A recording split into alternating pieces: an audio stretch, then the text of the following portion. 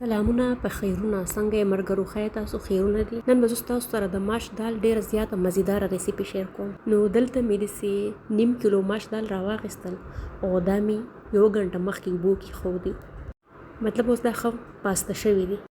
نو یو کړۍ به راواخلو او په هغې کې به دا دال واچو او دا به موږ دومره وخوټ کوو چې دا ښه مزیدار پاخه شي دالو سره به موږ یوه چمچه مالګه هم واچو او چمچ به پکې تاو راتاو کو سره به پکې کېږدو او بس پاخه به یې کړو کله چې دا په خوټ کېدو کې راشي نو په دې باندې سپین زګ راشي نو دا زګ به ترې موږ لرې کړو ځکه چې دا دال څومره خوټ کېږي او زګ پکې نو دا زګ ټول د دې لوښي په دې سایډونو پسې ونښلي او سم کلک شي پسې نو دا به ترې موږ لرې کړو او ښه مزیدار به یې صفا کړو دال مې د خوشتولو نه مخکې 3-4 پیرې ښه صفا انځلي چې مې وینځل نو بیا مې خوشته کړل او بیا مې خوټ کېدو ته کېښوده نو دلته مو ته دا زګ لرې کړو ټول او دا ښه مزیدار صفا سوتره شو اوس موږ د دې لپاره یو ډیفرنټ شان تړکه تیارو نو په هغې کې به موږ اخلو یو پیاز ادرک او اوږه او یو مرچکې دا به موږ اول لږ شان تیلو کې معمولي شان سره کړو او بیا به یې جوسر کې ووهو او ښه مزیدار پیسټ پکې تیار کړو ډېر زیات به یې نه پخوو بس معمولي شان به یې د تیلو کې واړو راواړو او بس بیا به پسې ګیس بند کړو مطلب تیلو نه به بیا را لرې کړو او چې یخ شي نو بیا به جوسر کې ووهو نو دلته دا هر څه داسې معمولي شان سره شو اوس به دا تیل نه لرې کړو او پکې لاندې به یې کېږدو چې یخ شي دالو طرف ته به راشو د دالو تقریبا 15 منټ وشو او دا ښه مزیدار صحیح پاخه شو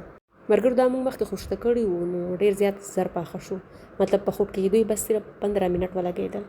کوکر کې چې دا کله تاسو پخوئ په تړکه کې نو بس 3-4 منټه پرې لګي نو دا ګورئ دا ښه مزیدار خواره پاخه شو اوس په هغه پیاز او اوږه ادرک هر څه راواخلو جوسر ته به یې ور واچو او دا به ښه مزیدار په دې جوسر کې ووهو او دې سره به مونږ 1 کپ ماسته هم وراچو ټماټر به پکې نه اچو بس دغه ماسته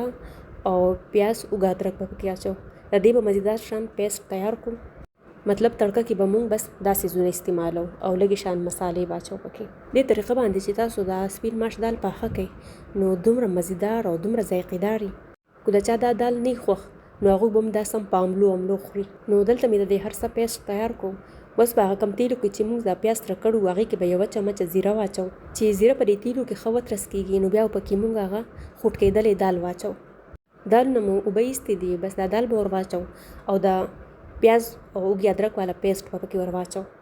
او ښه مزیدار به یې راولړو ملګرو تاسو به دا سوچ کوئ چې دال کې ټماټر نه وي نو د دې خوند به څنګه یقین وکړئ دا دومره مزیداري بغیر ټماټرونه چې تاسو به پې مړېږئ نه اوس مو پکې 1 چمچه دنیا پاوډر واچول نیمه چمچ مو پکې مرچکې واچو او نیمه چمچ مو پکې کالی مرچ واچول اوس به دا مسالې په دې کې راولړو او ورسره به پکې هغه خوټ کېدلو والو دالې کوم اوبه چې وې هغه به پکې واچو مطلب کوم اوبو کې چې دا مو خوټ کولي نو لږ شان اوبه پکې وې هغه هم پکې ور واچولې اوس به پې سر کېږدو او په درمیانه اور باندې به دا داسې 15 منټه پاخه کړو چې دا مسالې په دې کې ښه مزیدارې لاړې شي مطلب دا دال دا مسالې ښه راکاږي مسالې او دا کومه پیاز والا تړکه چې موږ تیاره کړې وه چې دا هر څه دا دال راکاږي مالګه مې پې چک کړه نو لږه وه نو داسې نیمه چمچ مې پکې نوره ور واچول نو بس دلته 15 منټو کې دال زموږ بالکل تیار شو بس په آخر کې په دې کې لږ سور مرچکې واچو کم چې موږ داسې موټه کټ کړی دی او باریک کټه هو ادرک په پکې واچو مطلب ادرک نو نری کټ کړی دی هغه هم پکې ور واچو او لږه به پکې شنه دنیا ور واچو او نیمه چمچ به پکې ګرمه مساله واچو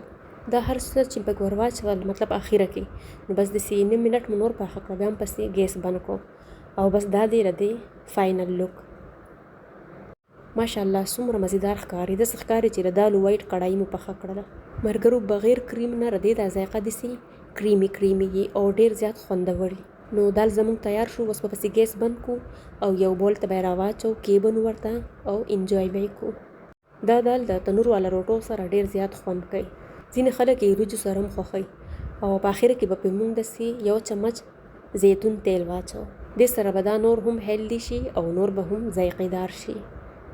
که ستاسو سره یې واچوئ پکې او که نه نو مه اچوئ پکې مطلب دومره ضروري نه دی خو زما سره پراته دي نو بس داسې دالو وغیره کې لږ ور اچوم که ریسیپي مو خوښه شوي نو په دې خبره زموږ چینل هم لایک کړئ هم یې سبسکرایب کړئ هم یې خپلوانو سره شیر کړئ چې هغوی ترېنه هم خوندونه واخلي